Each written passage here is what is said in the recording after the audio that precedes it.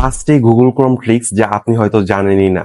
First, যে কোনো ট্যাবকে আপনি পিন করে রাখতে পারবেন। এর জন্য মাউসের কার্সারটি ট্যাবটার উপর এনে মাউসের রাইট বাটনে ক্লিক করে পিন লেখা এই অপশনটিতে ক্লিক করে দিবেন। এরপর গুগল ক্রোমটাকে আপনি যতবারই ক্লোজ করে ওপেন করেন না কেন সবসময় কিন্তু এখানে ওই ট্যাবটাকে দেখতে পারবেন। সেকেন্ড, গুগল ক্রোমের সার্চ বারকে আপনি কিন্তু ক্যালকুলেটর হিসেবেও ইউজ করতে পারবেন। এছাড়া এখানে আপনি ডলারের হিসাবটাও যে কোনো দেশের টাকাতে আপনি কিন্তু এখান থেকে করে নিতে পারবেন এবং এটি কিন্তু ফোনেও কাজ করে।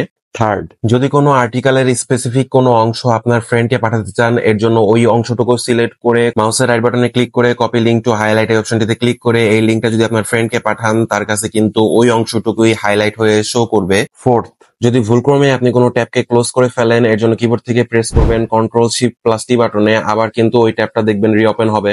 ফিফথ, প্রতিদিনই যদি আপনাকে 15-20টা সেম ট্যাব নিয়ে কাজ করতে হয়, এর জন্য যে কোনো ট্যাবের উপরে মাউসের কার্সারটি এনে add tab to new group এই অপশনটিতে ক্লিক করে যে কোনো একটি নাম দিয়ে দিবেন। এরপর এন্টারে ক্লিক করে দিবেন। এরপর সেম একইভাবে প্রত্যেকটা ট্যাবকে এই গ্রুপের আন্ডারে নিয়ে নিবেন। এরপর যখনই আপনারা গুগল ক্রোম ওপেন করার পর এই গ্রুপের নামের এখানে ক্লিক করবেন, সাথে সাথে এই গ্রুপের আন্ডারে সবগুলো ট্যাব কিন্তু একবারে ওপেন হয়ে যাবে। ভিডিওটিকে অবশ্যই আপনার টাইমলাইনে শেয়ার করে রাখবেন এবং আরো এমন ট্রিক্স রিলেটেড ভিডিও পাওয়ার জন্য ইটস360 কে ফলো করে দিতে ভুলবেন না।